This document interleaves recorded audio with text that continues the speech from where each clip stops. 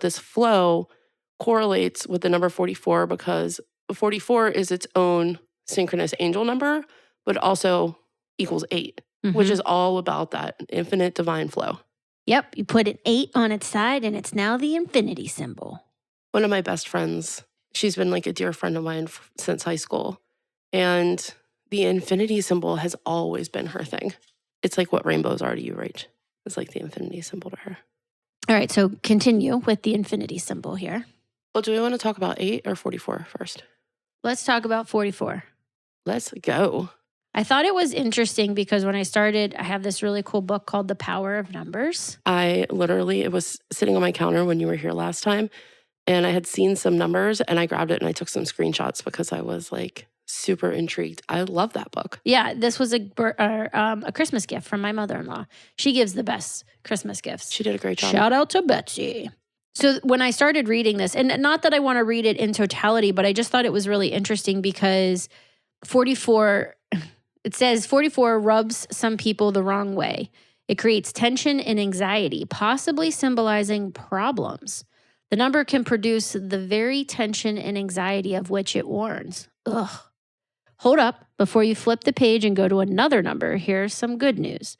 For other people, power number 44 signifies healing and getting better. For us, 44 is connected to both worry and wellness. When you think about it, tension, anxiety, and healing are fundamentally linked. Trainers will tell you that being tense can lead to injuries. Understandable. If we are or someone we know is hurting, we likely feel anxious and concerned. Too much worry, of course, can wreak havoc on the healing process. And then it just goes on. If you're seeing 44 around, consider whether you could use an infusion of positivity. No doubt the easiest way to give yourself one is simply to smile. When you smile, your body releases feel-good hormones. The effects of smiling are largely the same whether your smile is real or fake. When you smile, you appear friendlier and more approachable to others, likely leading to increased social interactions. This in turn will make you feel happier. And the number 4 is the only number in the English language that has the same number of letters as the number itself. I kept receiving this messaging that you're held and you're being supported to build something lasting. Keep going. Because a lot of the research that I had done was talking about how it's like a master builder number, right? This is about your foundation, your stability, your daily ritual.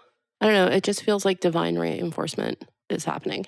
I agree. And I think that when you look at what I just read about how you can have worry and anxiety, but also wellness, I think that it speaks very well to what you have even said at the beginning of this podcast episode was all of that, the anxiety, the worry, the stress, the limitations that you have been dealing with and breaking down is now you're ready to blossom. That's exactly what you said. And I think that is a beautiful metaphor for this year ahead, for your birthday, your 44th year on this lovely planet Earth. Well, it feels like, okay, I've done the dreaming. I've done the planning. Now it's time to do the living in that space. So the physical manifestation of that feels like I'm going to tangibly feel that here in the next year. If you're looking for a ritual or a reflection, if you are also turning 44 this year, or you have an 8, this is an 8 for you, I would light 2 candles for the 4s, right? Foundation and support. And then draw an 8, an infinity loop. You could use coins, you can draw it to create it. And then I want you to reflect on this. And some of the things that you could ask yourself are, what am I building that's meant to last? Where am I ready to stand in my power?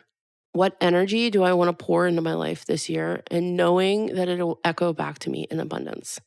So that's my journaling and my ritual and reflection for you all to do. Because to what Rachel said earlier, I do write a letter to myself every year. And it's so powerful to go back and look and see who I was a year ago.